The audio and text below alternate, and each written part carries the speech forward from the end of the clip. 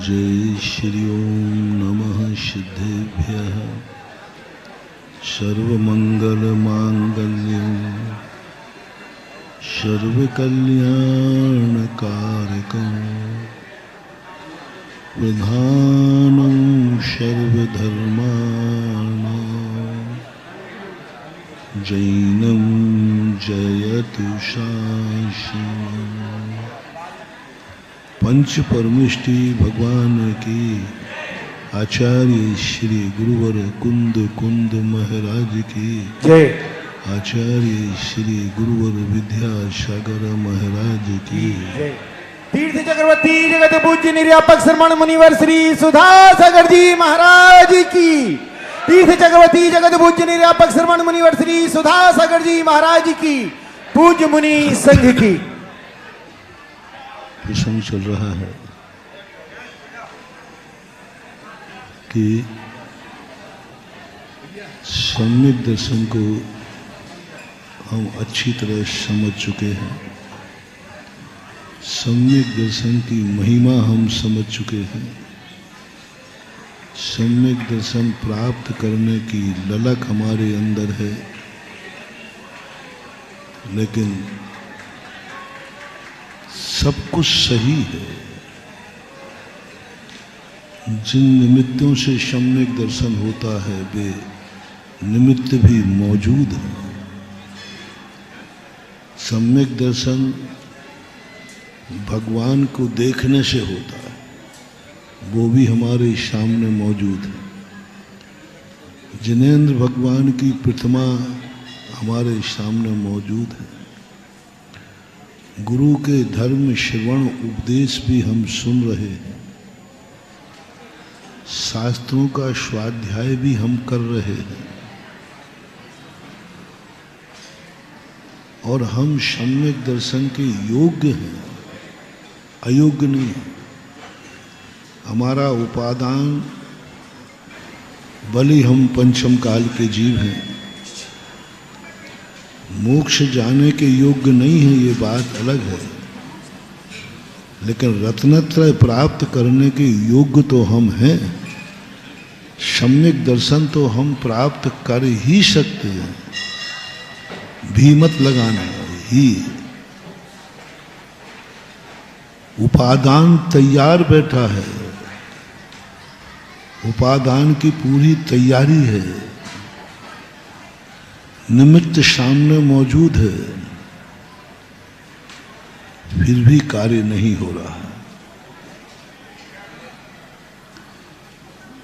और हमारी भावना भी है, ऐसा नहीं कि हमारी भावना सम्यक दर्शन की ना हो। सब कुछ तो है, लेकिन फिर भी सम्यक दर्शन नहीं हो रहा। हम जैनी हैं, हम सच्चे देव शायद गुरु को पहचान गए हैं। हमने ये भी नियम ले लिया कि मैं सच्चे देव शायद गुरु के अलावा अन्य किसी को देव शायद गुरु नहीं मानेंगे। देव शायद गुरु के अलावा हम किसी को मस्तक नहीं झुकाएंगे, आराधना नहीं करेंगे। ऐसे कितने मिथ्या दृष्टि जीव हैं जैनियों में आज भी, जो नियम है कि मरते मर जाएंगे, लेकिन खोटे देव को नमस्कार नहीं करेंगे, फिर भी मिथ्या दृष्टि है। मरते मर जाएंगे, खोटे गुरु को नमस्कार नहीं करेंगे, फिर भी मिथ्या दृष्टि है। शास्त्र के अलावा किसी भी शास्त्र को शास्त्र नहीं मानेंगे, फिर भी मिथ्या दृष्टि।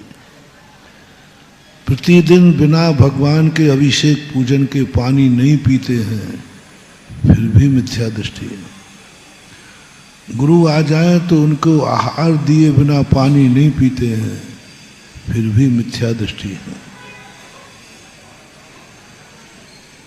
यहाँ तक कि प्रतिमाएं ले ली हैं, फिर भी मिथ्या दृष्टि है।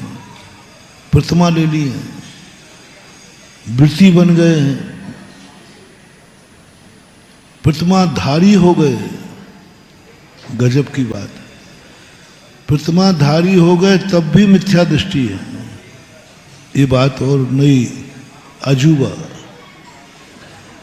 वृत्ति बनने के बाद मिथ्या दृष्टि, जैन कुल में जन्म लेने के बाद मिथ्या दृष्टि, ये संसार का सबसे बड़ा आश्चर्य है। संसार का सबसे बड़ा आश्चर्य, और सब आश्चर्य फीके हैं। संसार के 7 अजूबे हैं ना, 7 अजूबे माने जाते हैं। उनमें सबसे बड़ा अजूबा है जैनी का जन्म, जैन कुल में जन्म होने के बाद मिथ्या दृष्टि होना। इससे बड़ा आश्चर्य कोई हो ही नहीं सकता। सबसे बड़ा आश्चर्य जैन कुल में जन्म लेने के बाद 8 वर्ष अंतर मुहूर्त के बाद सम्यक दृष्टि होना ही चाहिए, मस्ट। क्या कमी है? क्यों नहीं हो रहे हो? क्या कमी है तुम्हारे? जैन तुम हो, जिनेंद्र को तुम्हारी पहचान बता दी, कुल परंपरा से भी तुम्हें मालूम है कि तुम्हारा देव कौन है। जैनियों का देव कौन है? अनंत भगवान। तुम्हारे गुरु कौन है? निर्ग्रंथ वीतरागी मुनि। शास्त्र कौन है? चारों अनियोग। और तुम्हारे अंदर ये भाव पैदा कर दिया गया कि सम्यक दर्शन चाहिए, और तुम्हारी ललक भी है। फिर क्यों नहीं? अजैनों की बात नहीं कर रहा हूं, उनका कोई आश्चर्य नहीं है, उनका कोई आश्चर्य नहीं है। सबसे बड़ा आश्चर्य है जैनी होकर मिथ्या दृष्टि। बहुत बड़ी बात। जैनी होकर के भी, और उसमें भी और आश्चर्य, प्रतिमाधारी होकर के भी मिथ्या दृष्टि। दूसरे शेर, चीता, नारकी, कसाई रहें तो बात अलग है, कसाई करें तो बात अलग है, शरणायतन को माने तो बात अलग है। लेकिन जैन होकर के भी, प्रतिमाधारी होकर के भी इतनी कसाय, इतनी कसाय कि उस कसाय की कोई समय नहीं है कि कितना समय हो गया। होश ही नहीं है कसाय का। पशुओं को नहीं, नारकियों की नहीं कह रहा हूं, क्योंकि नारकियों के तो सब कुछ वहां साधन है, कोई उपदेशक नहीं। पशुओं में कसाय है तो कोई बड़ी बात नहीं है, क्योंकि वो पशु है। पशु मिथ्या दृष्टि है तो कोई बात नहीं, नार की मिथ्या दृष्टि है तो कोई बात नहीं, क्योंकि वहां ना जिन है, ना जिनेंद्र है, ना गुरु है, ना शास्त्र है। बेचारा है मिथ्या दृष्टि, कसाय कर रहा है। लेकिन आर्यखंड में जन्म लेने वाला जैनी कसाय, खबर ही नहीं है कब झगड़ा हुआ था, खबर ही नहीं कब राग द्वेष हुए थे। महानुभाव, बहुत बड़ा मोटिवेशन है। आप कौन हैं? जैन बैठे हो कि अजैन बैठे हो? बहुत आए बता दो। अजैन भी बैठे हैं, यहां नहीं बैठे हों तो लाइव में बैठे होंगे। अभी आप लोग बताओ, जैन हो कि अजैन? पक्के में? बल्दियत से हो कि बिना बल्दियत के? नहीं, बल्दियत पूछ रहा हूं। बाप भी जैन थे कि तुम ही जैन हो? हाँ, बाप भी जैन थे, महाराज। एक पहचान है। कभी तुम्हारे मन में कोई कसाय जागी तो कभी तुमने कसाय की गिनती की कितने दिन हो गए? किसी से झगड़ा हो गया, किसी से कहा सुनी हो गई, तो क्या कभी तुम्हें ये भाव आया 24 घंटे में कि मेरे कषाय को कितने दिन हो गए। उपवास करते समय आया होगा, कितने दिन हो गए। सब में गिनती की होगी तुमने। एक दिन हमने कहा था मालाएं गिनते हो, कितनी मालाएं हो गई, नोट करते हो मालाएं। आजकल तो वो उंगली में चल गया एक इलेक्ट्रॉनिक और ताड़म नो, नहीं बोला तो भी दबा दो, वो तो आ जाएगा। वो तो नहीं दबा, तुम्हें दबाना है तो आ जाएगा। काउंटिंग करने में लगे, काउंटिंग करने में लगे, अनगिनत नहीं कर रहे। हर चीज की तुम्हें अच्छे कार्यों की काउंटिंग है। तुमने कितना दान दिया, तुमने कितने अच्छे भाव किए, तुम कितने बार शिखर जी गए, तुम कितने बार दिन में मंदिर जाते हो, सब की है। बस काउंटिंग नहीं है तो कषायों की, कि तुम्हें कषाय किए कितने दिन हो गए। यदि जैन हो तो, जैन की बात कर रहा हूं, जैन हो तो जैनी जिस दिन से झगड़ा कर लेता है, झगड़ा तो होता है, ये मत समझना कि झगड़ा नहीं होता, ये मत समझना कि तुम कसाई नहीं करोगे, ये मत कहना कि मैं तो कसाई हूं नहीं, वो तो झूठी बातें हैं। ग्रस्त है और कषाय ना होवे ऐसा हो ही, कभी राग कभी देश। बस मैं कसाई की मना नहीं कर रहा हूं, जितनी कसाय तुम्हें करना हो करो, जितनी करना हो। सुदर्शन चक्र उठा के फेंकना हो तो वो भी छूट है। किसी को मारने का भाव आया हो तो ठीक है, किसी को कुछ भी भाव आया हो, बस जैनी की पहचान है वो पाप तो कर लेता है, कसाय तो कर लेता है, फिर तुरंत काउंटिंग चालू हो गई, हो जाती है। एक दिन हो गया, एक रात हो गई।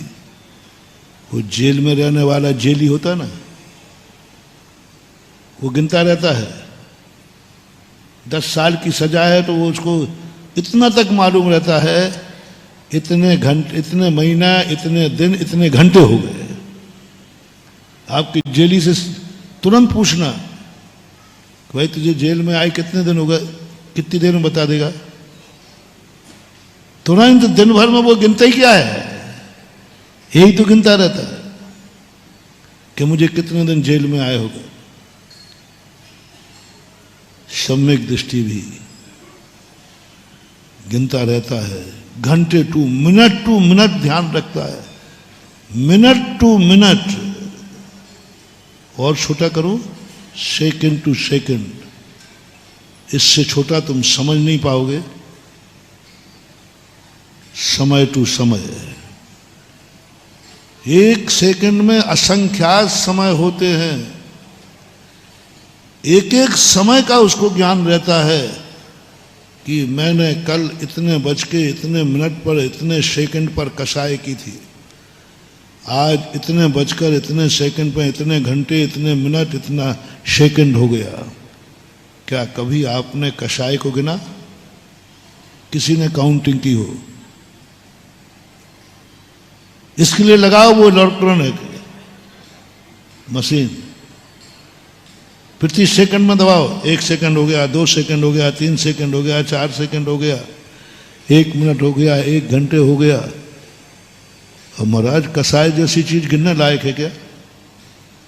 आपको पता नहीं क्या 2-3 दिन से क्या होगा, आप नई नई बातें कर रहे हैं। भाग तो नहीं गए, भाग तो नहीं गए। अरे नमोकार मंत्र की गिनती कराओ, वो अच्छी। आप तो कह रहे कसाई की गिनती करो, हर सेकंड में बटन दबाओ। 1 सेकंड हो गया, 2 सेकंड हो गया, 4 सेकंड हो गए, 1 मिनट हो गया, 2 मिनट हो गए, 60 मिनट हो गए, 1 घंटा हो गया, दिन हो गया, रात हो गई, 24 घंटे हो गए। प्रति सेकंड होश में आ जाओ। यदि ये काउंटिंग करने का बात तुम्हारे मन में आ जाए तब तुम जैनी हो। क्योंकि मैंने पहले ही कह दिया, जैनी और सम्यक दृष्टि नहीं है तो हमें डाउट है। अब ज्यादा बोल नहीं रहा हूं, नहीं तो मामला बिगड़ जाएगा। चलो थोड़ी बड़ी बोल देता हूं जिससे तुम्हें बुरा नहीं लगे। हमें तुम्हारी जैन की बल्दियत पे डाउट है कि तुम जैन हो कि नहीं। बनियागी नहीं कहा हमने। जैन का बाप कौन है? जिनेंद्र, इसलिए उस बल्दियत पे डाउट है। अब तो ठीक है, तुम्हारा जन्म देने वाले बाप पे डाउट नहीं कर रहे हैं। जानो बोलो, तुम जानो, तुम्हारा काम जानो। जैन कौन है? उसका पिता कौन है? जिनेंद्र देव से जिसका संबंध हो वो जैन कहलाता है।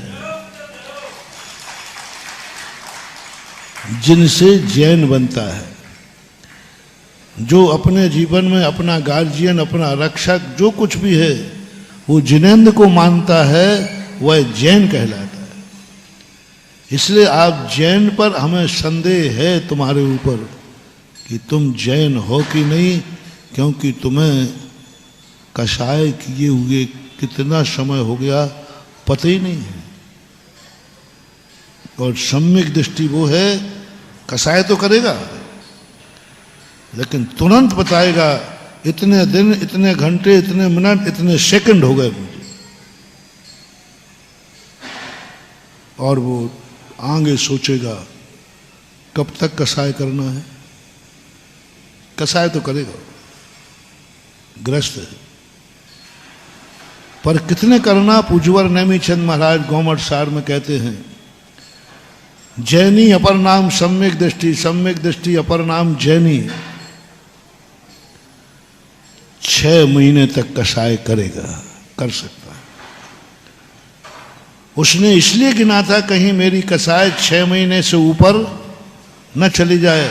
और 6 महीने पूरे हुए, एक आध घंटे आगे पीछे नहीं चलेगा। 6 महीने के जितने समय हैं, एक समय भी ऊपर हो गया, 1 सेकंड भी हो गया, तो तुम बने रहना जैनी, बने रहना तुम वृत्ति प्रतिमाधारी। धड़ाम से तुम मिथ्या दृष्टि होगे, अनंतानुबंधी कषाय होगी, और उस समय तुम सब जैनी मिथ्या दृष्टि हो गया। और कभी खोटे देव को नहीं माना, कभी खोटे गुरु को नहीं माना, खोटे शास्त्र को नहीं माना। सन 1978 में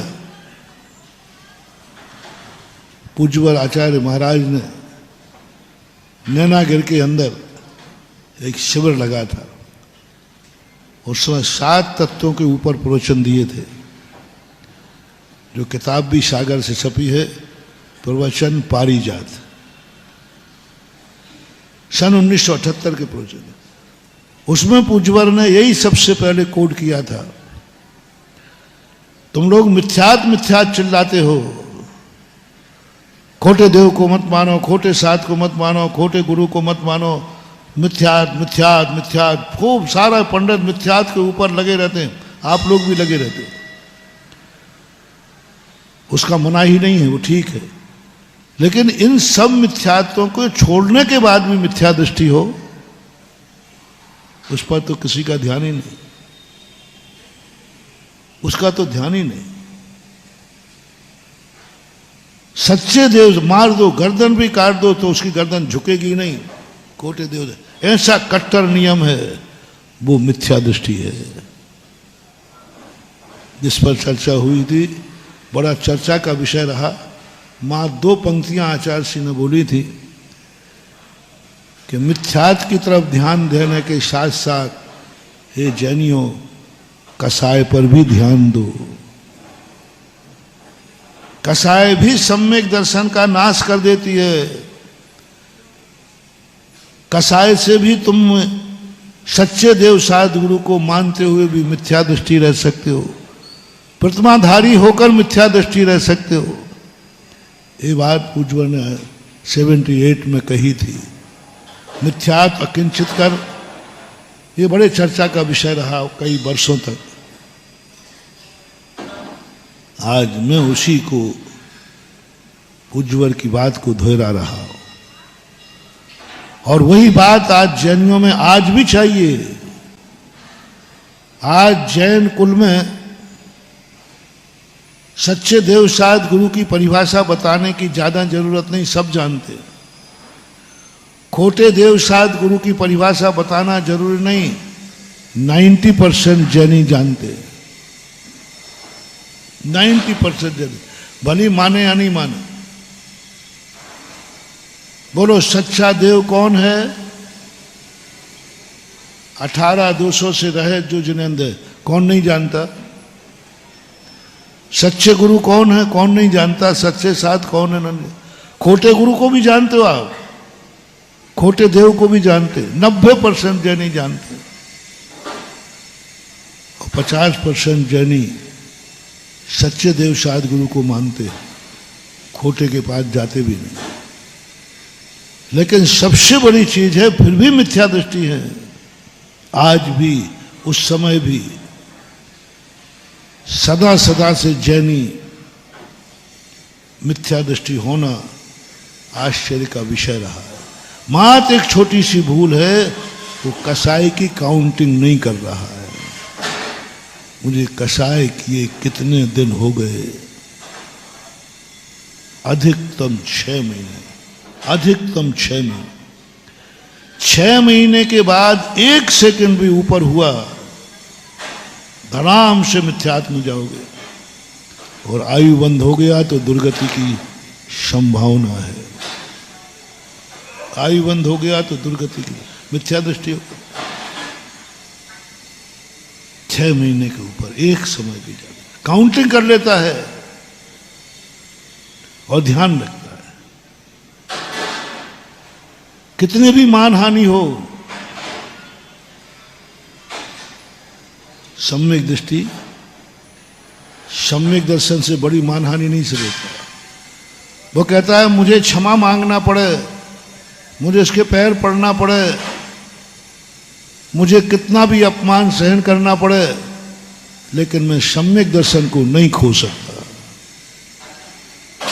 और सब चीज ताक पर रख करके और अपने सम्यक दर्शन को सुरक्षित करने के लिए वो तुरंत उस क्रोधादि कषाय भाव को तुरंत भूलेगा, बिसरेगा और कहेगा तस्मिच्छामि दुक्कडम, सब मुझे क्षमा करें, मैं सबको क्षमा करता हूं। अपनी तरफ से हुई कसाय के कारण, सामने वाला कसाय करे मुझे इससे कोई लेना देना नहीं, मैं कसाय नहीं करूंगा, सामने वाला करे उसकी मर्जी है। कमठ कसाय करे 10 भाव की उनकी मर्जी है। पारसनाथ कहते मैं तो नहीं करूंगा, मैं तो समता भाव धारण करता हूं, मैं तो नहीं करूंगा। अब कमठ कसाय करे तो कर रहे, तो तुम्हें क्या बिगड़ रहा है? तुम्हारी तरफ से कसाय नहीं होना चाहिए, ये काउंटिंग सम्यक दृष्टि को आना चाहिए। खबर ही नहीं है, खबर ही नहीं है, जिंदगी निकल गई, खबर ही नहीं है, बरसों निकल गए और किनसे कसाय हुए। एक और आश्चर्य, किसी दुश्मन से नहीं, किसी दुश्मन से नहीं, जात भाई से। किससे? जात भाई से। और जात भाई से दुश्मन करे, उसी को बोलते हैं संसार में एक ही जानवर है जो जात भाई से गुस्सा कर क्रोध करता है, उसका नाम है कुत्ता, श्वान। जात भाई और सारे जानवर प्रसिद्ध है दुनिया में। एक बार दिल्ली से एक कुत्ता चला आगरा के लिए। अयोध्या प्रसाद गोयली हुए हैं, जिन खो जाते न पाइया, उन्होंने एक छोटी सी पुस्तक लिखी है, उसमें एक छोटी सी कहानी दी है। तो दिल्ली से उसको 7 दिन लगते थे आगरा आने में, मान लीजिए, वो 3 दिन में आ गया। उसने कहा भाई तू 3 दिन में कैसे आ गया? बोले जात भाई की मेहरबानी से। बोले कैसे? बोले रास्ते में हमारे जात भाई मिलते तो गांव के पीछे हमें खदेड़ने जाते, तो वहां से मैं भागता, और गांव के बाहर तक खदेड़ दे तो वहां से मैं भागता। इसलिए उनकी बदौलत भाग भाग करके मैं 7 दिन का बहुत अच्छी कहानी है। उसलिए ऐसे ही जैनी है। एक दिन हमने कहा था ना, आज पंचम काल में तुम्हारा शुरू बदल रहा है। एक सिंधी को भी माचिस चाहिए है ना, तो कौन सी दुकान से लेगा? वो दुकान आधा किलोमीटर दूर है तो मतलब ये बात आप लोगों को भी मालूम है। और यदि जैनी है तो, और दुकान बाजू में है तो ये हालत है तुम्हारे। वो आधा किलोमीटर दूर भी है तो सिंधी सिंधी की दुकान से जाकर माचिस खरीदेगा। कोई बड़ी चीज नहीं है, माचिस एक छोटी सी चीज है। और बनिया बाजू में नहीं, जैन की दुकान से तो नहीं खरीदना। ये है तुम्हारी हालत। यानी तुम जात जात को मिटाने की सोचते हो, दो पैसा ये कमा नहीं लेवे। आज जैनी के मोहल्ले में जैनी पार्षद हारता है। आज जैनी जैनी पर आक्रमण कर रहा है। आज जैनी जैनी की शिकायत कर रहा है। आज जैनी जैनी को यदि जैनियों के यहां छापे पड़ते ना, आप देखना उसके पीछे किसी जैनी ने शिकायत की होगी। मैंने छापा पड़ने वाले ऑफिसर भी मेरे टच में हैं। बड़े बड़े छापा डालने में आते हैं, उनमें जैनी भी। वो कहते महाराज 90% जैनियों के छापे किसी जैनी की शिकायत से पड़ते हैं, और उसमें वो निकटवर्ती जैनी होता है। मैंने कि जैनी, हाँ महाराज जैनी शिकायत। जैनी जैनियों का दुख पंचम काल का कह रहा हूं, इसलिए दूसरे समाज वाले जैनियों को श्वान की उपमा देते हैं। राजस्थान में तो नाम ही कुत्ता आ जाए ना तो कहता शराबगी आ गया, वहां बोलते जैन को शराब। उधर अजमेर तरफ, क्योंकि ये जैनी जैनी का मीत हो ही नहीं सकता। यदि जैनी दुखी है तो तुम बहुत खुशी मनाते हो। जैनी के छापा पड़ जाए, वो तुम्हारा पड़ोसी और हो, मजा आ गया बेटा।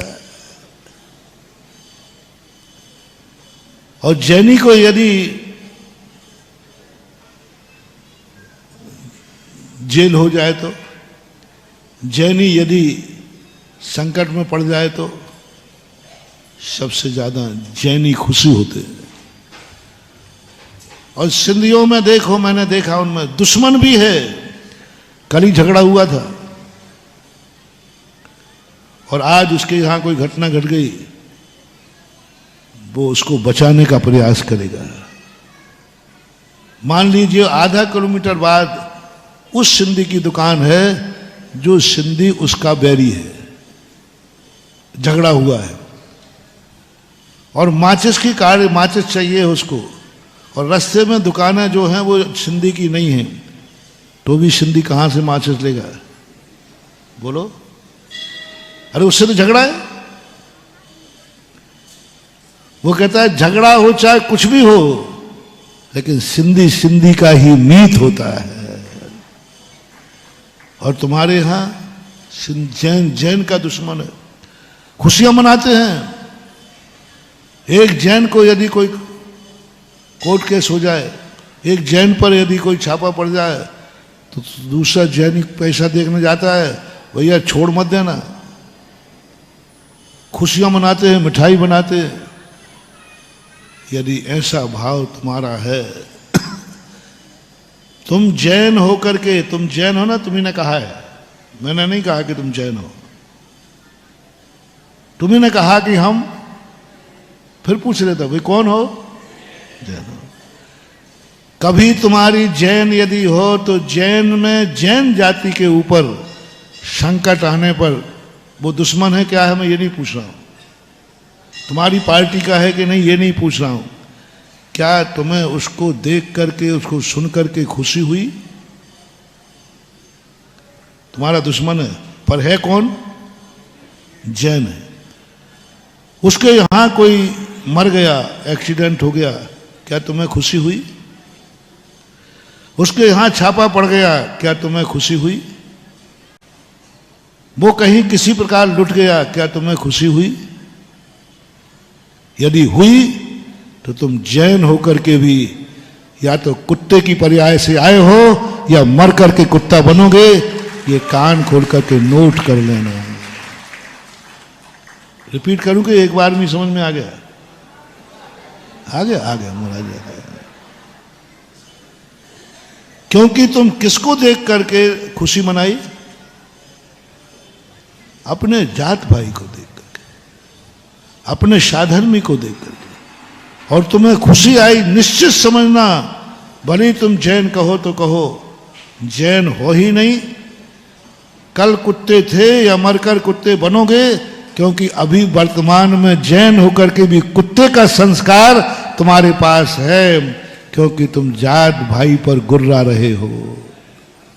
जात भाई पर खुशी मनाना, जात भाई के लिए ऐसे परिणाम करना नहीं महानुभाव। हमने कितनी जातियां देखी, चुनाव में खड़ा है, कुछ नहीं देखते हैं, मेरा जात भाई खड़ा है, वोट कहां जाएगा। कई जातियां ऐसी जो आप जानते हैं। आप मोमडन्स को उठा लीजिए, मोमडन्स का यदि कोई व्यक्ति खड़ा है तो उसका वोट कहां जाता है? चाहे वो दुश्मन हो, कोई भी हो, मतलब ही नहीं। वो कहते हैं व्यक्ति की दुश्मनी है, जाति तो हमारी एक है। हमारी फलाने चंद से दुश्मनी है, जाति से दुश्मनी नहीं है। और तुम्हारे फलाने चंद से दुश्मनी होते ही आप जैनत्व से भी दुश्मनी मान लेते हैं। महानुभाव, बहुत मेरा करुणा दया करके कहना है, कैसी भी परिस्थितियां हो, कैसा भी कुछ हो, अपने जात भाई को देखकर अपने जात भाई के दुख पर कभी खुशी मत मनाना और उसको दुख देने का भाव मत करना। किसको अकेला, अभिमान ज्यादा नहीं बोल रहा हूं, ज्यादा दुख तो तुम दोगे, खुशी तो तुम मनाओगे। बस इतना कह रहा हूं, यदि किसी का दुख सुनने में आ जाए तुम खुशी मना लेना। बस इतना पूछ लेना, जो दुखी हुआ है, जिसके ऊपर संकट आया है, क्या वो मेरी जात का है? जात का हो तो खुशी मत मनाना, हो सके तो उसके दुख बांटने के लिए तैयारी कर देना, क्योंकि वो हमारा जात भाई।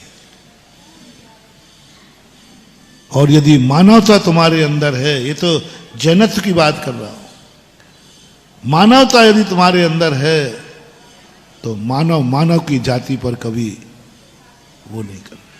फॉर एग्जाम्पल, बहुत जल्दी सपोर्ट में पकड़ में आ जाओगे। आप जा रहे हैं पैदल, एक स्कूटर वाले ने आपको कट मारा,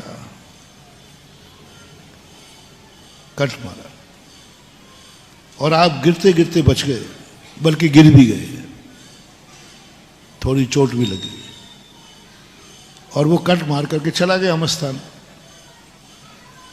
और आधा किलोमीटर बाद उसका स्कूटर स्लिप हुआ और वो गिर गया, मोटरसाइकिल के नीचे दबा हुआ है।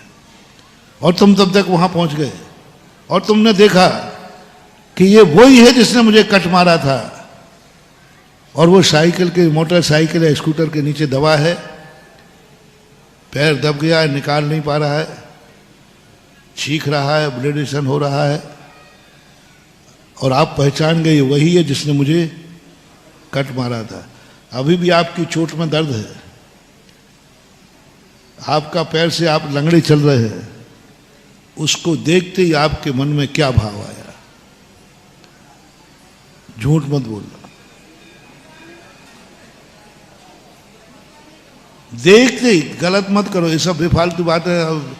उन्हें बताओ, जो ये सब भगवान को बताओ, वो बुद्ध बन जाता। भगवान सुनता नहीं है ना। मुझे बताने की चेष्टा मत करो, नहीं तो एक आध दिन हम करवा ही लेंगे तुम्हारे साथ, कट लगवा देंगे, अपन सब कर लेते हैं। तुरंत अच्छा यही है, यही ने कटवाना, ऐसे ही होगा बेटा। और मारने हमें कट मालूम नहीं है मुझे, मैं कौन व्यक्ति हूं, मुझे कट मारने वाला क्या भगवान भी देगा, क्या मजा आ गया, आओ और कर। उधर जाकर के तुम्हें चढ़ाने का भाव आएगा, आनंद की अनुभूति होगी। तो मानव तो हो, मानवता खत्म है। तो मानव होकर के भी कुत्ते की जाति का संस्कार तुम्हारे अंदर है। यदि थोड़ी भी मानवता होगी, सडनली एकदम अंदर भाव आएगा, पहले इसको बचाओ, पहले इसको बचाओ, गाड़ी के नीचे से निकालो, पहले इसका ब्लड बंद कराओ, पहले इसको अस्पताल भेजो। फिर उसके बाद कहेंगे भैया देखा तूने मुझे कट मारा था, आधा किलोमीटर पर तुझे कितना फल मिला, आइंदा ध्यान रखना किसी को कट मत मारना। पहला मानवता, और बाद में जो तुमने बोला, तुमने ये नहीं बोला आइंदा ध्यान रखना मुझे कट मत मारना, नहीं तो ऐसे ही होगा। नहीं, जैनी, अब जैनी आएगा। वो तो मानव था कि मानवता के नाते सबसे पहले से उठाओ, बचाओ। अरे ये तुम्हारा दुश्मन है, अभी कट मार के गया, अरे होगा कट मारा होगा, पहले अभी इसको बचाओ, मैं मरा थोड़ी हूं, ये तो मर रहा है, पहले इसको बचाओ। मेरा कितना भी नुकसान करके गया हो, पहले बचाओ। पारसनाथ के भक्तों, पारसनाथ कहते पहले बचाओ उसको, अग्निभूति को। तुम्हारा तो पापी है, तुम्हारा तो दुश्मन है, सर्वनाश करने गया है, तेरा तो सर्वनाश कर दिया। बोले किया होगा नाश, पहले बचाओ उसको, पहले बचाना मुख्य लक्ष्य है। ये सब हिसाब किताब बाद में चुकाया जाएगा, बाद में कहा जाएगा, उड़ाए ना देना है बाद में दूंगा, अभी नहीं। ऐसा भाव तुम्हारे अंदर आ गया, समझ लेना तुम्हारे अंदर मानवता है। और जैन हो तो जब वो अस्पताल बच करके फिर कहोगे भैया देख तूने मुझे कट मारा था ना, बोले हाँ साहब गलती हो गई, तो तुम ये नहीं कहोगे आइंदा मुझे मत मारना। देख बेटा नियम ले लो, आइंदा हम किसी को कट नहीं मारेंगे, किसी को कट नहीं मारेंगे। ये तुम्हारे मुख से निकल गया, समझ लेना तुम में जैनत्व तो है, जैन का संस्कार है, किसी को नहीं मारेंगे। ये साधुता है, सज्जनता है। मानवता और सज्जनता में बहुत अंतर है। मानवता आने के बाद सज्जन हो कोई नियम नहीं, सज्जन बहुत व्यापक होता है, जो अपनी नहीं वो सबके लिए कर देता है। मुझे ही कट नहीं मारना, किसी को नहीं मारना, किसी को दुख नहीं देना, वो स्थिति बनती है। क्या आप में ऐसा गुण है? नहीं है। ये सबसे बड़ा पंचम काल का आश्चर्य है कि जैनी को दुख देकर खुश होता है, दुखी देखकर खुश होता है। व्यक्तिगत कषायों में वो जाति भूल जाता है, व्यक्तिगत कषाय में वो जाति को भूल जाता है। पूज्यवर जयसेन स्वामी ने त्रियक सामान्य और ऊर्ध्वा सामान्य की चर्चा की।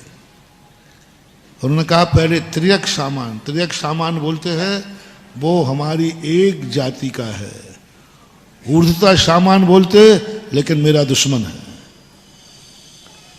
रिपीट कर रहा हूं, दो बातें विचार करेगा। पहले बोलेगा वो हमारी एक जाति का है, त्रियक सामान्य जाति एक है, ऊर्ध्वा सामान्य लेकिन वो मेरा दुश्मन है। अब दोनों में से एक को पहले किसको वैरायटी दी जाए? मेरा दुश्मन है लेकिन मेरी जाति का है।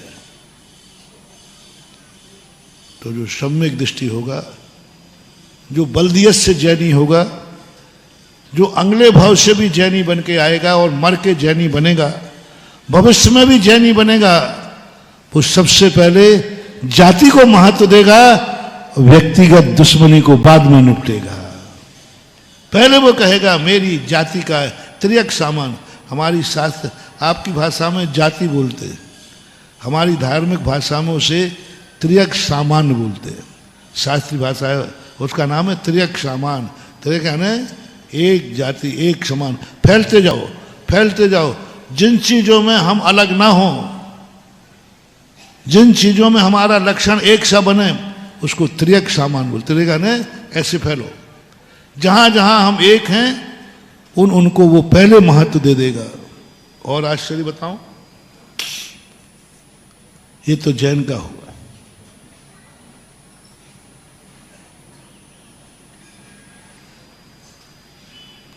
ये जो 6 महीने की जो कसाय है ना,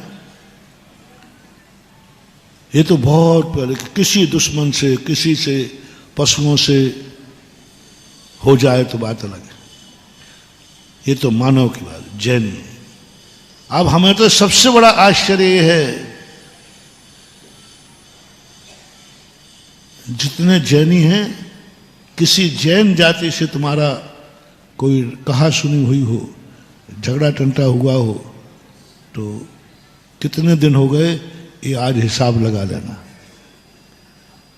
यदि 6 महीने हो गए हो, तुरंत तुम सामने वाले का इंतजार मत करना, स्वयं जाकर के क्षमा भाव धारण करना, तो तुम जैन थे, जैन हो और मर करके जैनी बनोगे, देव बनोगे। क्योंकि सम्यक दृष्टि हिसाब रख लेता कसायों का। जैनी में और कसाय, दूसरा आश्चर्य, जैनी कसाय के कारण मिथ्या दृष्टि बने। बंधुओं, ये सबसे बड़ा आश्चर्य है। जैनी होकर खोटे दैव सद्गुरु को नहीं मान रहा है, फिर भी उसको सर्टिफिकेट मिथ्या दृष्टि का मिल रहा है। भगवान से पूछा, भगवान ये कौन है मिथ्या दृष्टि? बोले कहां कमी है? आश्चर्य। उससे बड़ा आश्चर्य है, भाई भाई से झगड़ा हुआ कितने दिन हो गए। यहां कितने लोग बैठे होंगे, सागर में भी संभवतः कोई हो जिनकी जिंदगी निकल गई, भाई भाई से भी मुंह नहीं बोलते हैं। कोई होगा तो सही, निकल आएगा, ऐसी बात नहीं। मेरे मुंह से निकला है तो कोई ना कोई तो जरूर दुनिया में है। भाई भाई से, हम तो पड़ोसी से कह रहे थे, भाई भाई से गिने हुए कितने दिन हो गए, इसका कभी काउंटिंग की? कभी काउंटिंग की? भाई भाई से झगड़ा हुए, घर घर में झगड़ा हुए, आप भी देवरानी जेठानी से झगड़ा हुए, भाभी नंद भौजाई का झगड़ा हुआ, सासू बहू का झगड़ा हुआ, कितने दिन हो गए? काउंटिंग है? होश है? सेकंड टू सेकंड गिनना है। तो तुम जैन सम्यक दृष्टि हो, नहीं तो जैन के यहां होकर के भी मिथ्या दृष्टि हो। सेकंड टू सेकंड गिनना है। सासू से झगड़ा हुए कितने दिन हो गए, बहू से झगड़ा हुए कितने दिन हो गए, घर घर में झगड़ा, ऐसी कसाय कि जिंदगी भर तुम मेरे लिए मर गए, मैं, ये शब्द आप लोगों में बोले जाते कि मैं ही नहीं बोल दी गलती से? नहीं, गलती से मैं बोल दूं तो मुझे बता दिया कि मैं तुरंत अपना शब्द, नहीं महाराज ऐसा कभी नहीं बोलता, कोई भी दुनिया में कभी कोई नहीं बोलता है अपनों से कि तुम मेरे लिए मर गए, मैं तुम्हारे लिए मर गया, तो मैं अपना शब्द वापस ले लूंगा। और नहीं तो बोल दो कि संसार में ऐसे लोग हैं, जैनियों में भी हैं कि नहीं है। ओह, कितना अनर्थ, भव भवांतरों तक अनाथ होगा रे, बेघर के होगा, बेघर होगा, ना बाप होगा, ना भाई होगा, ना बहन होगी, परिवार कुछ भी नहीं होगा, अकेला फुटपाथ पर जूठन खाएगा, क्योंकि तूने एक बार अपने परिवार से कहा था तू मेरे लिए मर गया, मैं तेरे लिए मर गया। ये कभी तुम्हारे मन में भी भाव आ गया, वचन की तो बहुत दूर बात कह रहा हूं, कब की कह रहा हूं? मन में भी भाव आ गया, और वो भी किसके लिए आया भैया? अपने परिवार के लिए, अपने बाप के लिए, अपने भाई के लिए, अपनी सासू के लिए, अपनी बहू के लिए, अपने कुटुंब के लिए परिवार में आया। तू मेरे लिए मर गया, मैं तेरे लिए मर गया। ये भाव, तुम सावधान, कोई साधारण भाव नहीं है, साधारण भाव नहीं। ये परिणाम एक भाव नहीं, ना जाने कितने भवों तक तुम्हें बुरा परिवार के रहोगे, कोई नहीं मिलेगा, कुछ नहीं, तुम्हारा कोई है ही नहीं, लावारस। ये भी बताने वाला नहीं होगा कि तेरा बाप कौन था, क्योंकि तूने एक बार कहा था बाप से गुस्सा में कि मैं तुम्हारे लिए मर गया, तू मेरे लिए मर गया। बाप का नाम बल्दियत भी नहीं बता पाएगा कोई, कोई परिवार का नाम ही लेने वाला, तुम यही नहीं बता पाओगे मेरे कुल क्या है, मेरी जाति क्या है। किसी मातृछाया में, किसी ऐसे अनाथालय में पलोगे, वो होते ना अनाथालय में पढ़ने वाले, जिनको उनका यही पता नहीं कि मेरी जाति क्या है, मेरा कुल क्या है, मेरे माँ बाप क्या हैं। ऐसे बच्चे होते हैं कि नहीं? कुछ भी पता नहीं उनको, यही पता नहीं मेरा गांव कौन है, मेरी कौन सी जाति में मेरा जन्म हुआ। ऐसे आते हैं अनाथालय वगैरह। ये कौन है जिनको जन्म तो किसी माँ बाप से हुआ है ना, कोई ना कोई जाति तो उनकी, लेकिन उनको कुछ भी पता नहीं है। ये वही जीव है महानुभाव, कान खोल के सुनो, कड़वा सत्य बोल रहा हूं। ये वही जीव हैं जिन्होंने अपने परिवार को जीते जी कहा होगा, तो मेरे लिए मर गए, मैं तुम्हारे लिए मर गया। ये कसाय भाव जिस दिन किया होगा, उसका परिणाम है कर्म कहता है जा, आज के बाद तुझे परिवार की पहचान ही नहीं मिलेगी। यदि कभी किसी से कह दिया हो तो भूल चूक लेना देना, जिससे कहा उसके पैर पड़ करके मंदिर में जाके क्षमा याचना कर लेना, प्रायश्चित कर लेना। मेरी भावना है कि जैनी कभी अनाथ न बने, जैनी कभी मर करके जैन कुल में ही जन्मे, इसलिए मैं बोल रहा हूं। जैनी मर करके ऐसे यहां जन्म नहीं मिले जहां वो बाप का परिचय नहीं बता पाए, अपनी जाति ना बता पाए, अपना कुल ना बता पाए। इसलिए मैं कह रहा हूं कभी ऐसा शब्द मत लाना, कभी मन में भी नहीं लाना। और वचन से तो बोलना ही नहीं, और वचन मन में आ भी जाए तो वचन से मत बोलना, और वचन में आ जाए तो काया से मत विचार करना। कहीं ना कहीं संबंध बना के रखना। परिवार तो वो है रे जिनको जिंदा रखने के लिए व्यक्ति मर जाता है। परिवार की परिभाषा क्या है? जो एक दूसरे के लिए जिंदा रहे। मत घबराओ, मैं जिंदा तुम्हारे लिए तो हूं, तुम्हारे लिए मैं जिंदा हूं। जब तक मैं जिंदा हूं, मेरे परिवार के सदस्य का कोई भी बाल बांका नहीं कर सकता। ये परिणाम तुम्हारे आ जाए, मेरे रहते हुए परिवार का कुछ बिगड़ जाए, ऐसा परिणाम तुम्हें आ रहा है, तो जाओ, तुम्हें सब भरा पूरा परिवार मिलेगा जहां सारे संबंध तुम्हारे होंगे, क्योंकि तुम्हारा राग। अरे संसारी बचाना है तो हमारे प्रवचन मल्टीपर्पस होते हैं। मोक्ष जाना है तो आपको वो भी रास्ता मिलेगा, और संसार में जीना है तो वो भी रास्ता मिलेगा। प्रवचनों में हम दोनों बातें कहते हैं, क्योंकि सभी लोग मोक्ष नहीं जाएंगे। संसार भी संभालना है, क्योंकि हम मंदिर कितना भी पवित्र कर दें, यदि मंदिर से आने वाला रास्ता गंदा है तो मंदिर भी गंदा हो जाएगा। इसलिए मंदिरों की शुद्धि रखने के लिए तुम्हारे घर भी शुद्ध रखना है, तुम्हारी समाज भी शुद्ध रखना है, क्योंकि रास्ते तो तुम्हारे घर से ही निकलते हैं ना। मंदिर कोई आता है तो किसी घर से निकल के आता है, और घर ही गंदा है और वो मंदिर आएगा तो मंदिर को भी गंदा कर देगा। इसलिए घर भी स्वच्छ करना जरूरी है। इसलिए आज मैं तुम्हारे अंदर की कसाय, कितना बड़ा आश्चर्य, उसमें भी बड़ा आश्चर्य है कि वृत्ति होकर कसाय कर रहा है, वृत्ति होकर प्रतिमाधारी है, 12 व्रत हैं, खबर ही नहीं है कि कसाय को कितने दिन हो गए, खबर ही नहीं है राग देश को कितने दिन हो गए। उसमें भी बड़ा आश्चर्य है कि मुनि महाराज है, मुनि महाराज होश ही नहीं मुनिराज को कि हमें कितने दिन हो गया कसाय की। काउंट करो सेकंड टू सेकंड, 48 मिनट से ज्यादा 1 सेकंड ऊपर नहीं होना चाहिए। किनका कसाय तो आती है, आएगी, इसको कोई आगम ने भी निषेध नहीं किया। आगम के कहते हैं कि मुनि महाराज हैं तो क्या हुआ,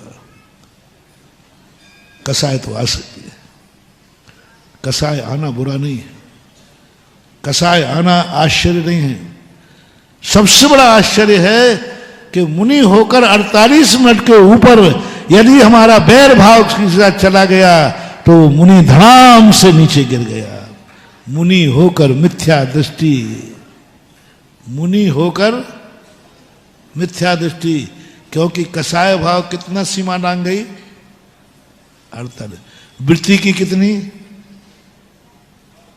15 दिन। वृत्ति 15 दिन, 15 दिन से 1 सेकंड ऊपर हुआ, वृत्ति होकर मिथ्या दृष्टि। कोई मिथ्या तो नहीं आ रहा, मिथ्या दृष्टि। अवरज सम्यक दृष्टि जैन है 6 महीने। ये काउंटिंग करो, इस पर विचार करो, अन्यथा हम सोचते रह जाएंगे कि हमें सम्यक दर्शन क्यों नहीं हो रहा है।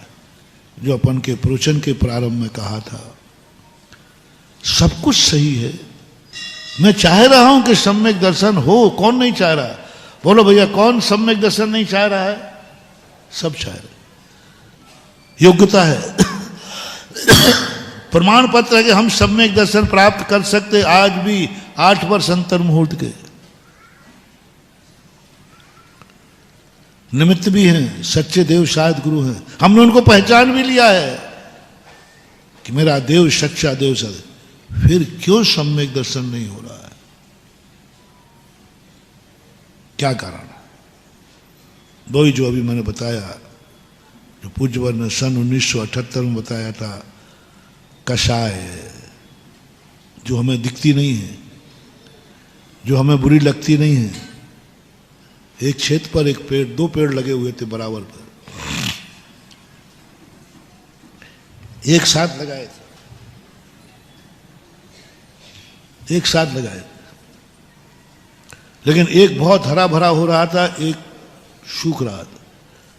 माली बड़ा परेशान, दोनों को बराबर खाद देता था, बराबर पानी देता था, लेकिन वो एक बढ़ ही नहीं रहा था। एक दिन मैं वहां से निकला, माली ने कहा, महाराज जी इस पेड़ को कोई ऊपरी बाधा हो गई।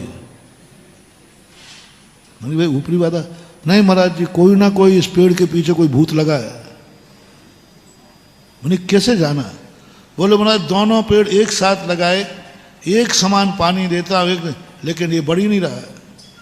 पूरे प्रयास कर लिए मैंने कहा तुम खाद तो सही दे रहे हो, पानी भी सही दे रहे हो, बोनी भी सही समय पे की, लेकिन थोड़ा एक बार इसके नीचे जड़ उखाड़ के देखो क्या है। तो बोला जड़ क्या उखाड़ना, जब पानी दे रहा हूं, सब कुछ दे रहा हूं।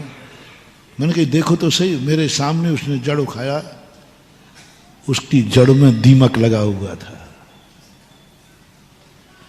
अब तुम कितनी पानी देना, कितनी खाद देना, वो दीमक क्या करेगा? इसी प्रकार है जैनियों, तुम्हारा सब कुछ सही है, निमित्त सही है, उपादान सही है, समय पर सब कुछ हो रहा है, लेकिन अंदर कषाय रूपी दीमक लगा हुआ है, इसलिए तुम कभी जैन होकर के भी नहीं जा पाओगे।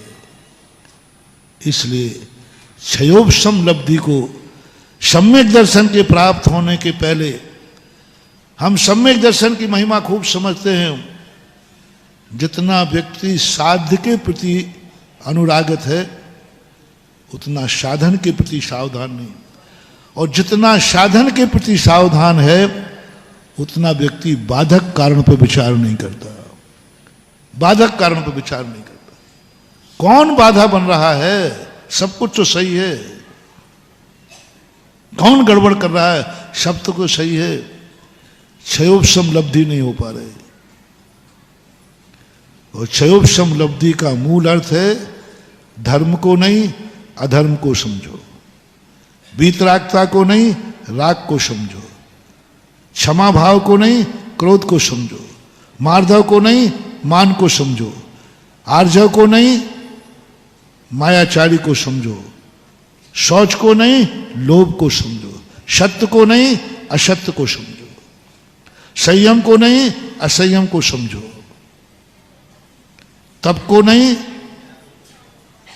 इच्छाओं को समझो।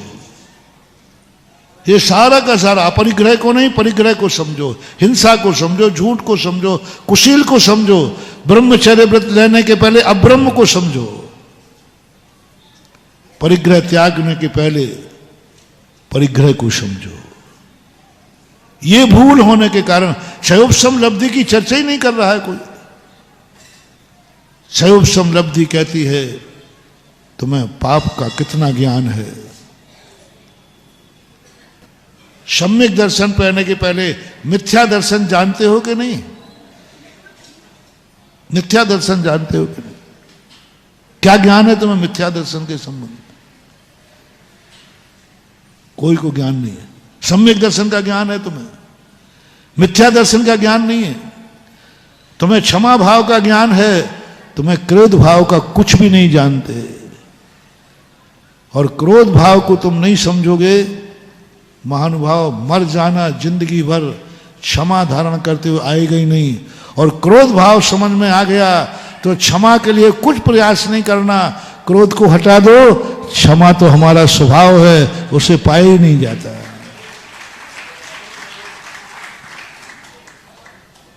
आत्म धर्म हैरानो है, ए महाराज बता दियो कहाँ हैरानो है? धर्म को खोज रहे लोग, सम्यक दर्शन को खोज रहे। कोई है क्या चीज सम्यक दर्शन? कौन से बाजार में मिलती है? एक भी पुरुषार्थ सम्यक दर्शन पाने को नहीं किया गया। मैंने पूरा का पूरा कर्म सिद्धांत पढ़ा, जितना पुरुषार्थ हुआ सब मिथ्या दर्शन को हटाना। पांचों लब्धि में एक भी अच्छा कार्य नहीं किया गया, एक भी कार्य पुरुषार्थ नहीं किया गया। जितना पुरुषार्थ किया सब मिथ्यात को हटाने का लिया। बाधक तत्वों को हटाओ। क्षयोपशम लब्धि में, विशुद्धि लब्धि में, प्रायोग लब्धि में, करण लब्धि में, सारी लब्धियों में जो बाधक कारण थे उनको हटाते जाओ, हटाते जाओ। ये अपनी जिंदगी एक पाषाण की मूर्ति के समान है। पाषाण में मूर्ति विद्यमान है, क्या करना है? एक पाषाण का टुकड़ा लो, शिल्पी बता देगा इसमें मूर्ति है, तुम देखना कहां दिख रही है, कहां दिख रही है? बोले इसी में मूर्ति है। क्या करना है? मूर्ति के आकार में जो जो पत्थर बाधक है बस उसको हटाते जाओ, हटाते जाओ, हटाते जाओ। मूर्ति अपने आप प्रकट हो जाएगी। मूर्ति बनाई नहीं जाती, कहीं मूर्ति बनाना ही नहीं है। पर मूर्ति के आकार में क्या बाधक है? वो पेंसिल से आकार बना देता है और फिर छेनी मूर्ति बनाने पे चलाता है कि जो मूर्ति के आकार में बाधक है उस पर चलाता है। बस सारे बाधक तत्व हटाता जाता, हटाता जाता, हटाता जाता। अंत में घिसाई में भी कुछ हटा देता है, अंत में अपने आप मूर्ति निखर के आ जाती है। कहने में आ रहा है मूर्ति बनाई गई है, ये ऐसे ही झूठ है जैसे महिला कहती है मैं चावल बीन रही हूं, सत्य ये है कि वो कंकड़ बीन रही है। कहने में आ रहा है कहने में आ रहा है कि मैं मूर्ति बना रहा हूं, कहने में आ रहा है कि मैं सम्यक दर्शन प्राप्त कर रहा हूं, कहने में आ रहा है कि मैं भीतराग भाव प्राप्त कर रहा हूं, कहने में आ रहा है कि मैं मुनि बन रहा हूं। मुनि बनने ही नहीं जाता। आपने मुनि दीक्षा देखी कभी? देखी होगी। बताओ वे मुनि बनते हैं कि छोड़ते छोड़ते ही हैं? अपन को क्या दिखता है? परिवार छोड़ दिया, घर छोड़ दिया और अंत में कपड़े होता है। छोड़ा ही छोड़ा तो है, पाया क्या है? अरे पराई वस्तु हो तो पाई जाती है, जो अपने अंदर से प्रकट होना उन्हें पाया नहीं जाता, वो तो प्रकट होना है। और अपनी वस्तु छोड़ी नहीं जाती, पराई वस्तु छोड़ी जाती है। पराई वस्तु छोड़ देने पर ही आत्मा का स्वभाव प्रकट होता है। सूरज में प्रकाश है, हमें प्रकाश चाहिए, प्रकाश चाहिए, कभी नहीं मिलेगा। प्रकाश में बाधक कौन है? उन बादलों को हटा दो। अब प्रकाश पाने का पुरुषार्थ क्या करूं? कोई पुरुषार्थ नहीं, बादलों को हटा दो।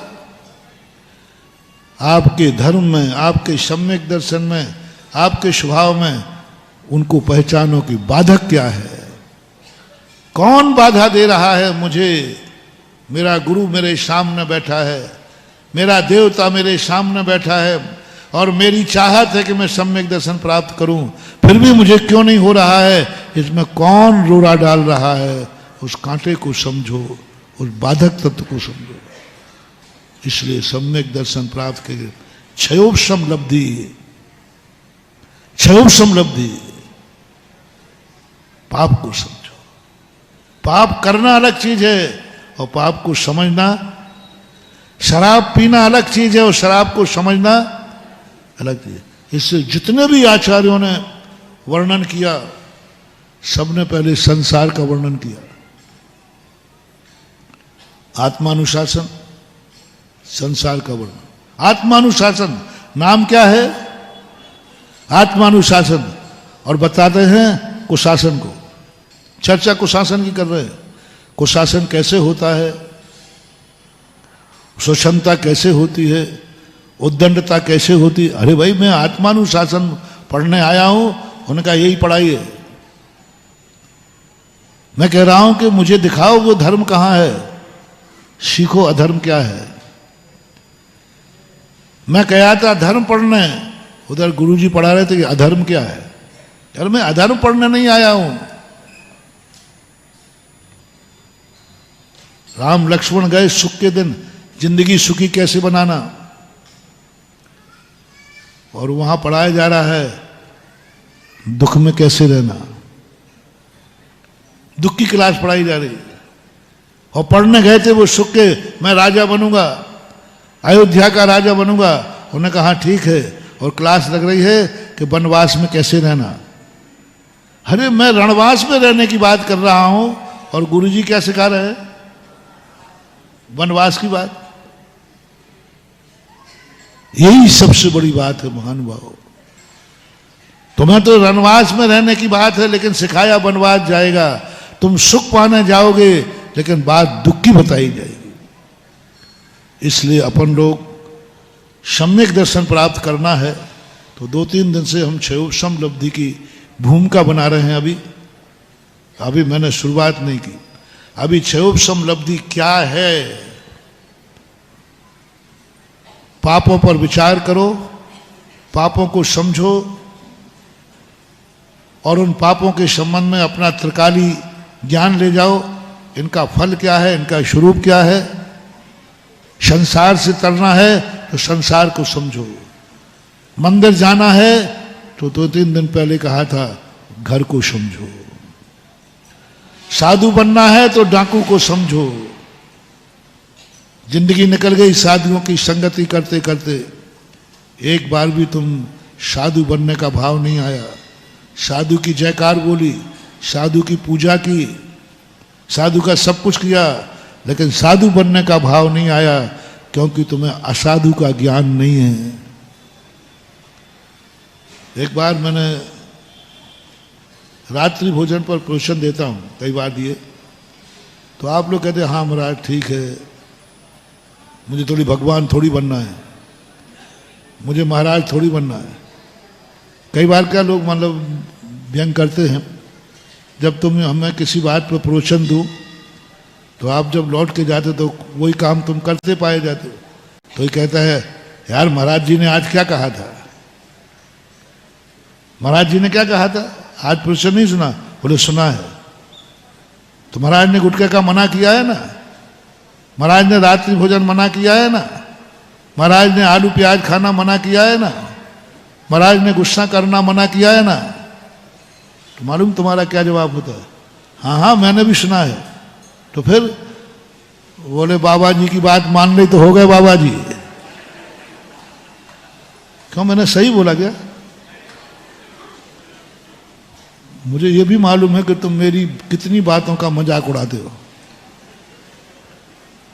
बाबा जी की मान ली बात तो हो गए बाबा जी, बस ये कह करके तुम वही करोगे जिसके लिए मैंने मना किया होगा, क्योंकि बाबा जी की बात मान ली तो हो गए बाबा जी। पागल करार कर देते हो तुम। एक छोटा बच्चा होता है ना, छोटा बच्चा,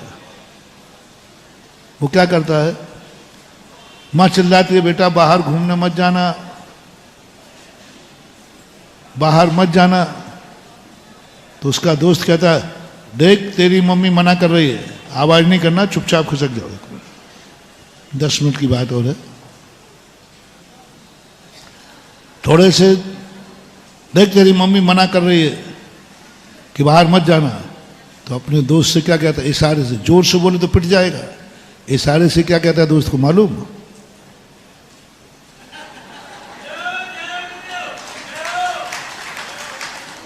क्या कह दिया उसने?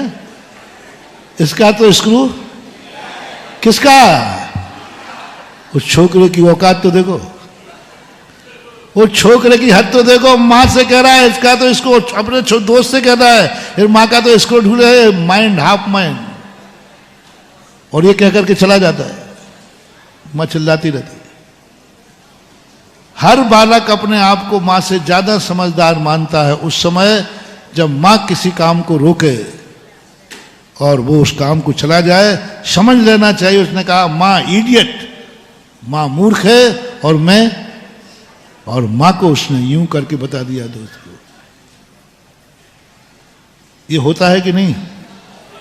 हाँ, तुम भी कम कलाकार नहीं हो बेटा, मैं तुम्हारी माँ हूं, तुम मेरे छोकरे हो।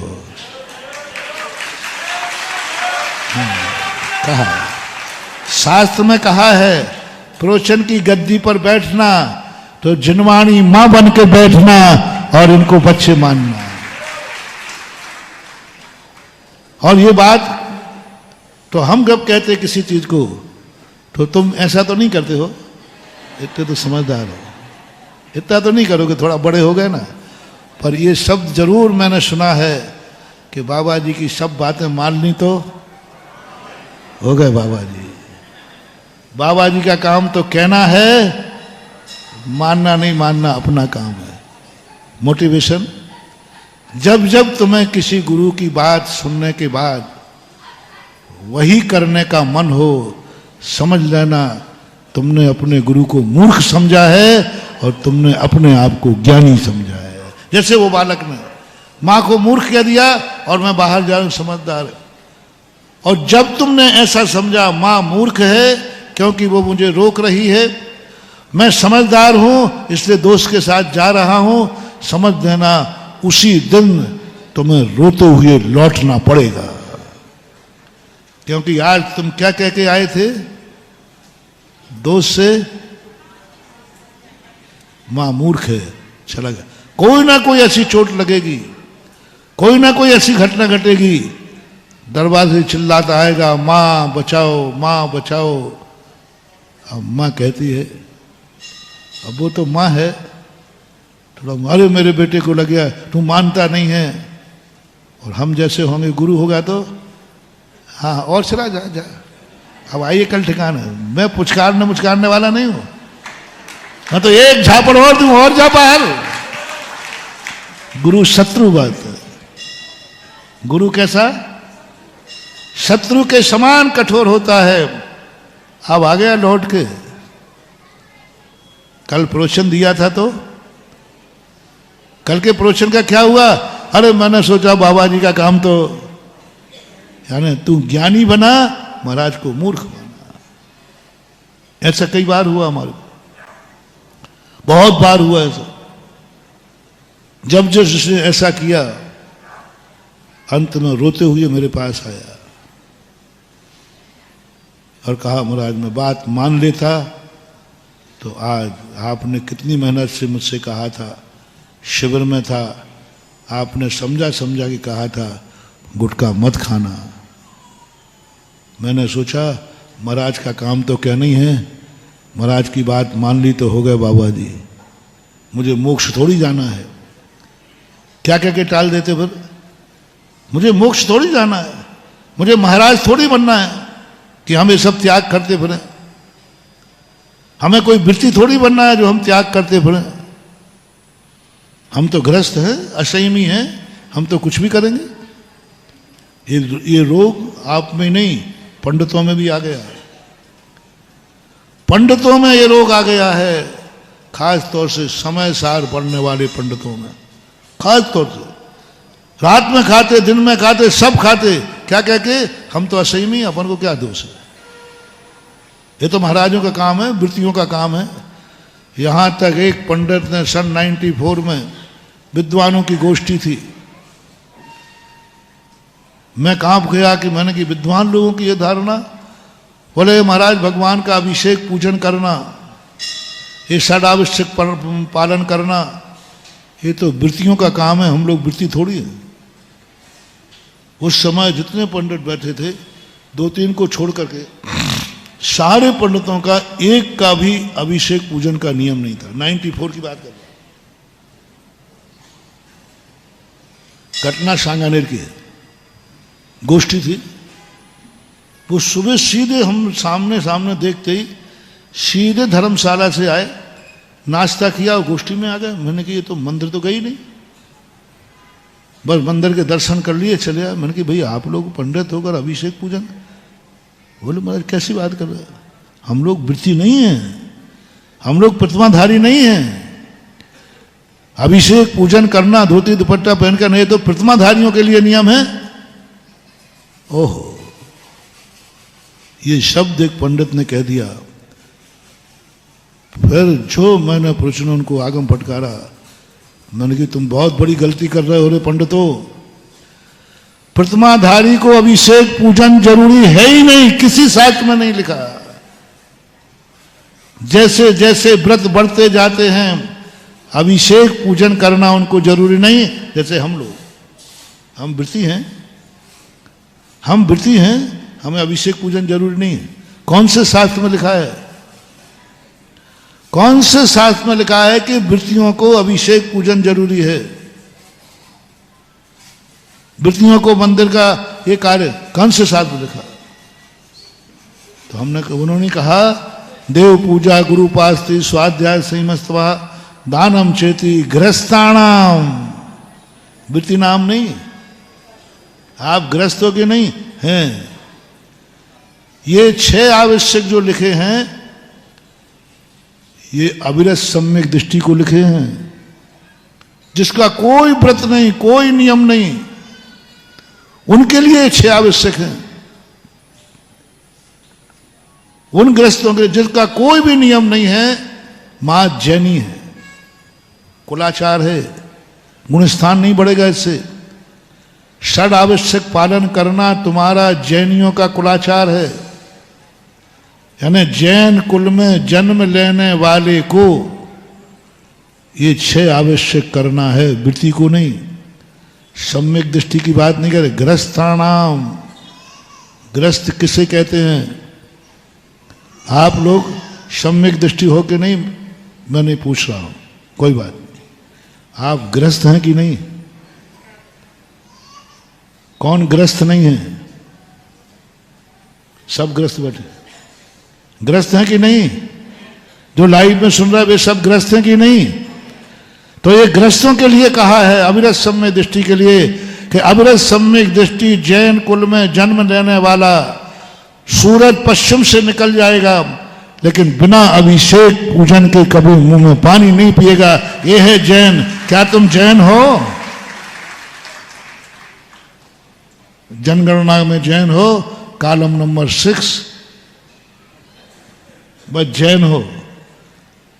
जैन हो क्या क्या, कितने जैनियों का कल हमने हिसाब बताया था, 10%। 10% जैनी के रूप में हैं जो देव पूजा गुरु पास्ती करते हो, अभिषेक पूजन करते हो।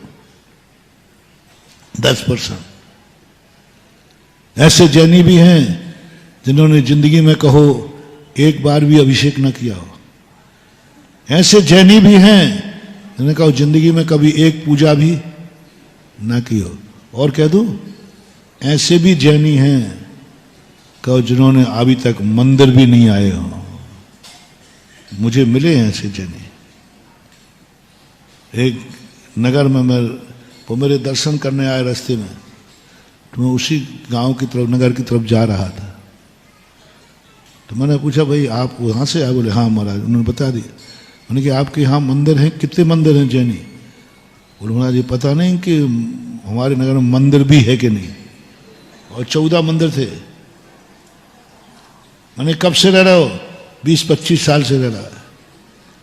20-25 साल से वहां रह रहा है, उसे ये पता नहीं कि मंदिर भी है कि नहीं। ऐसे भी जैनी निकल आएंगे, यहां भी निकल आएंगे एक आध, तो जिन्होंने कहो कभी मंदिर का मुंह भी नहीं देखा हो। कैसे है जैन? ये टाल देते। ये तो धर्मात्माओं का काम है, मंदिर जाना, अभिषेक पूजन करना, ये तो धर्मात्माओं का काम है। धर्मात्मा करें पूजा, वृत्ति करें पूजा। मैं धर्मात्मा थोड़ी हूं। ये कहकर के तुम हमारी बात की मजाक उड़ा के छोड़ देते हो। सावधान महानुभाव, कल रोते हुए आओगे। तुमने एक आगे टाल दिया, बल्कि गुरु के मुख से जो भी वचन निकले ये मान के सुनना चाहिए, ये वचन मेरे लिए कहा जा रहा है। और तुम क्या सुन रहे हो? और आज अपने लिए थोड़ी कह रहे, तो वृत्तियों के लिए कह रहे हैं, धर्मात्माओं के लिए कह रहे हैं। अपन धर्मात्मा थोड़ी, अपन धर्मात्मा थोड़ी, और धर्मात्मा बन को बनना भी नहीं है, हमारा बनने का भाव भी नहीं है। अब क्या जरूरत पड़ी? जब धर्मात्मा बनना नहीं, बस समझ लेना बुरा दिन शुरू हो गया। मैं धर्मात्मा नहीं हूं, धर्मात्मा नहीं, तो हमें क्या महाराज की बात मानना? अपन को क्या सुनना? महाराज की बात वो सुने जिनको बाबा जी बनना हो। ये भाव आते ही समझ लेना महान भाव, तुम्हारा बुरा दिन चालू हो गया। थोड़े दिन बाद ही तुम्हें रोते हुए लौटना पड़ेगा, निश्चित है। 50 केस मेरे पास हैं जो मैंने कहा। शिविर में उसने सोचा, हम मैं तो शिविर में आया था यूं, कोई मुझे बाबा जी थोड़ी बनना है। और उसने जाके गुटखा खा लिया। 6 महीने नहीं हुए, कैंसर हो गया। उनके माँ बाप लेके आए, अकेला बेटा था। बोले महाराज जी, और वो बालक 35-40 साल का था, हम बालक ही कहेंगे। इतना रोया, इतना रोया। बोले महाराज मैंने आपके प्रवचनों की मजाक उड़ाई थी। मैंने दोस्त ने कहा था, मुझे टोका था कि देख तू शिविर में गया था और महाराज ने मना किया था कि अभी तक तुम्हें माफ है, सबसे ज्यादा जल्दी कैंसर होगा तो शिवरार्थी को जल्दी होगा। ये कर्म गुटखा जानता है कौन खा रहा है। अजैनों को कम को कैंसर होता है, सबसे ज्यादा गुटखा खाने वाले, शराब पीने वाले जैनियों को होता है। जैनियों को सबसे जल्दी होगा, अजैनों को नहीं होता। और उसमें भी शिवरार्थी और हो, और उसमें भी वो मेरा भक्त और हो। सुन रहे हो रे मेरे भक्तों? सुधा सागर के भक्ति का अतिशय। मेरा भक्त बनने के बाद गुटखा खाया तो पक्का बेटा कैंसर होना ही है, यही मेरा अतिशय है। और मेरा कहा हुआ है कि हे भगवान, हे प्रकृति, यदि कोई गुटखा खा रहा हो और उसमें मेरा भक्त हो तो सबसे पहले उसे ही निपटाना। मैं इसका डिटेल कभी बताऊंगा, अभी समय हो रहा है। और गुटखा खाना हो तो मेरा भक्त मत बनना, नहीं तो जल्दी निपटोगे। और उसके दूसरे नंबर पर है जैनी। जैनी गुटखा खाएगा नियम से कैंसर, उसको परसेंटेज ज्यादा, मैंने पूरा परसेंट, क्योंकि कौन खा रहा है? जैनी खा रहा है। जैनी को पाप बंद ज्यादा होता है दूसरों की अपेक्षा। और तुम शिवरार्थी बन करके खाया और ये खा के किया। अरे महाराज जी तो कहते रहते हैं, उसने सारी कहानी मुझे बताई। मैंने कहा भैया अब मैं कुछ नहीं कर सकता, मैं कुछ नहीं कर सकता। मरण जब निकट है, शरण तब विकट है, बस यही तो संकट है। क्या रोया महाराज, उस दिन मैं मान लेता। जब शिविर में आपने कहा था, जब आपने प्रवचन दिया था, उस दिन में यदि मान लेता तो आज मैं जिंदा होता। और बाप कहते महाराज मैंने भी सोचा कोई बात नहीं, छोकरा है, महाराज ने कहा होगा हमारे बेटे को धर्मात्मा थोड़ी बनना है। उस दिन यदि मैं इसको मनवा लेता तो आज मेरी गोद सूनी नहीं होती, मैं निपुता नहीं होता। इससे दो मोटिवेशन ध्यान रखना महानुभाव। कभी माँ बाप को स्क्रू ढीला है ये मत कहना।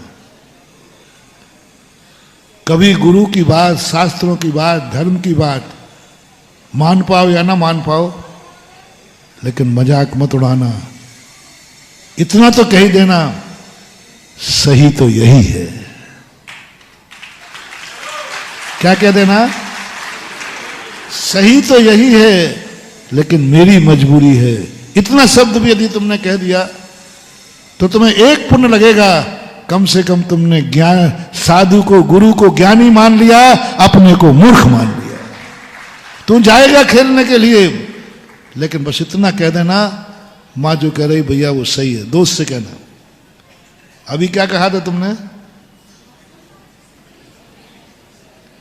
और अब उसको पलट दो, दोस्त से कहना यार देख माँ जो कह रही वो सही है, मुझे होमवर्क करना चाहिए, लेकिन क्या कर रहे, मेरा मन नहीं लग रहा, मैं तो खेलने चलूंगा। ये बेटा रोता हुआ कभी लौटेगा नहीं, हंसते हुए लौटेगा, क्योंकि उन्हें माँ को रिस्पेक्ट दे दिया। माँ जो कह रही सही है, लेकिन मेरा मन पढ़ने में नहीं लग रहा, मेरा मन खेल। कम से कम वो भली चला गया वहां, लेकिन माँ को इज्जत दे के गया कि नहीं?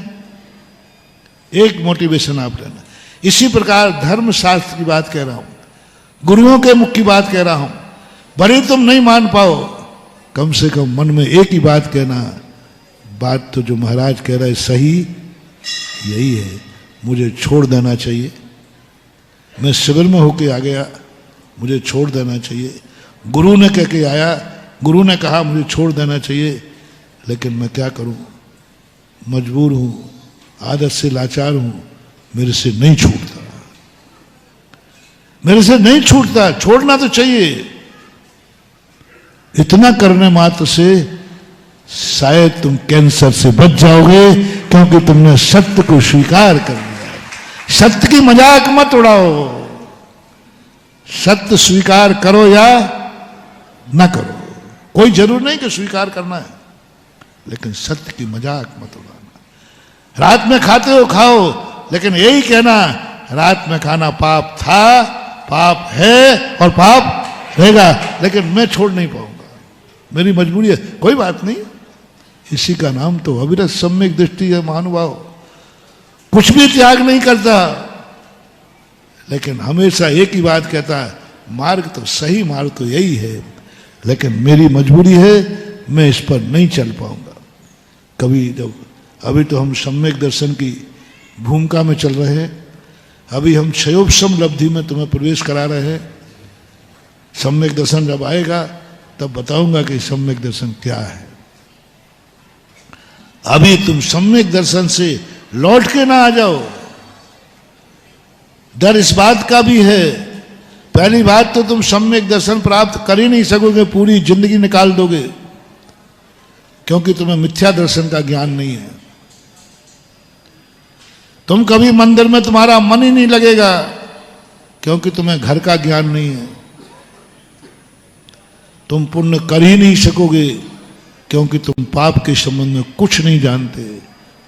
और सम्यक दृष्टि होने के पहले क्षयोपशम लब्धि का बहुत विस्तृत स्वरूप महानुभाव, बहुत विस्तृत।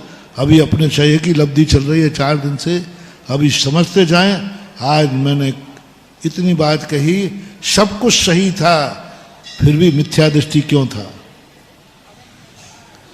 सब कुछ सही था, देव भी सही थे कि नहीं, गुरु भी सही थे कि नहीं, प्रवचन भी सही थे कि नहीं, तुम भी सही थे कि नहीं, जैन सही थे, तुम भी चाहते थे कि नहीं कि मुझे सम्यक दर्शन हो, क्यों नहीं हुआ? क्योंकि हम कसाई की काउंटिंग नहीं कर पाए और कसाय हमारी नियत समय की बाउंड्री को पार कर गया तो सब कुछ सही होकर के हम मिथ्या दृष्टि हो गए। क्षयोपशम लब्धि में कसाय को समझो, कसाय की काउंटिंग समझो। सम्यक दर्शन प्राप्त करने के लिए हम बढ़ गए हैं। पहले एनालिसिस, NOC, वो कहते ना NOC क्या लेते, पहले NOC लाओ कि किसी से झगड़ा हुए 6 महीने से ऊपर तो नहीं हुए। NOC लाओ, NOC लाओ, किसी से राग द्वेष कसाय किए हुए 6 महीने से ऊपर तो नहीं निकल गए। लाओ NOC। क्या तुम्हें किसी के प्रतिमा लेना, महाराज हमें प्रतिमा दे दो, हाँ ले लो। मतलब क्या क्या करना पड़ता है? कुआ का पानी, सोला का पानी, हाँ बुंदेलखंडी इसमें तो माहिर है। अरे जगत में बुंदेलखंडी सोला जगत प्रसिद्ध है। पहले ये बता, किसी से राग द्वेष हुए 15 दिन से ऊपर तो नहीं हो गए? सारे नियम तुमने ले लिए, प्रतिमाएं ले ली, और यदि तुम्हारी कसाय में 15 दिन से ऊपर हुए हैं तो क्या करोगे? व्रत लेकर के भी मिथ्या दृष्टि। ये सबसे बड़ा आश्चर्य है, सबसे बड़ा आश्चर्य हुआ। व्रत लेकर के पहले अपन 15 दिन के अंदर अंदर में, कसाय तो आती है मुझे, गुस्सा तो मुझे आता है, लेकिन 15 दिन से ज्यादा मैं क्रोध कसाय को नहीं रखूंगा, ये संकल्प पहले करो, फिर बाद में व्रत की चर्चा करो। तो हमें दिखता है शायद वे व्रत हमें असंख्यात गुणी नजरा करा देंगे। महावीर भगवान की